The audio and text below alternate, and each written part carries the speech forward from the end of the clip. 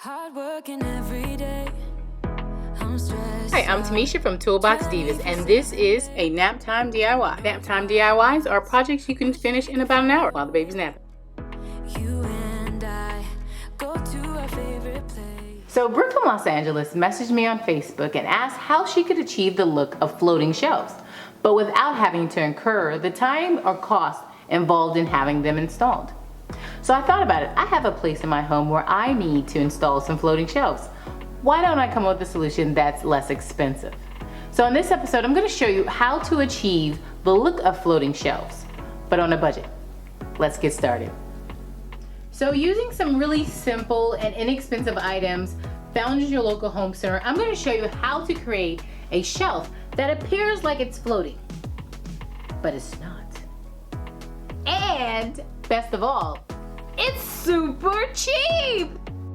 Here's what you'll need. You'll need a 1x6 board cut down into two 20-inch pieces and four 4-inch corner braces.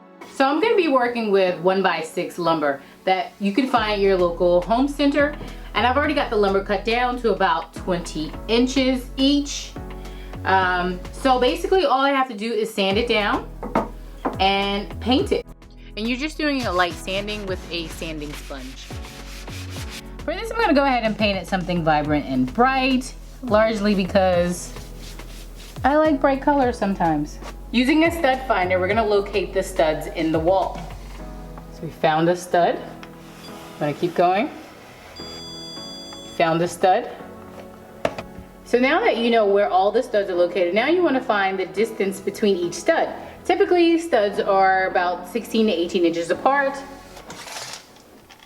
And in this case, it is 16 inches apart. I recommend putting your corner brackets onto the board first before attaching the board to the wall. So we're gonna measure out 16 inches apart, and that's where we're gonna put our brackets. So I'm gonna put the brackets sort of in the middle of the board. One bracket here and another bracket here.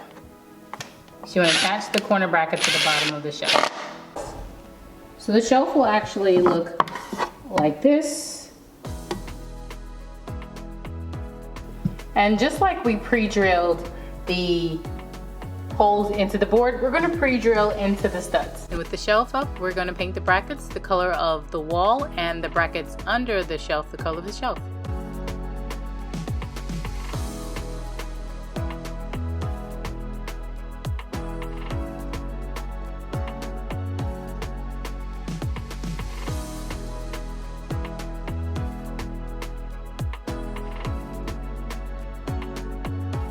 Seriously, how chic is that? I hope you got some useful tips that you can use when installing your own faux floating shelves. If you have a problem or a question you'd like some help with, hit me up at Toolbox Divas on Instagram or Facebook. And you might just find the answer to your question on the next episode of Naptime DIY.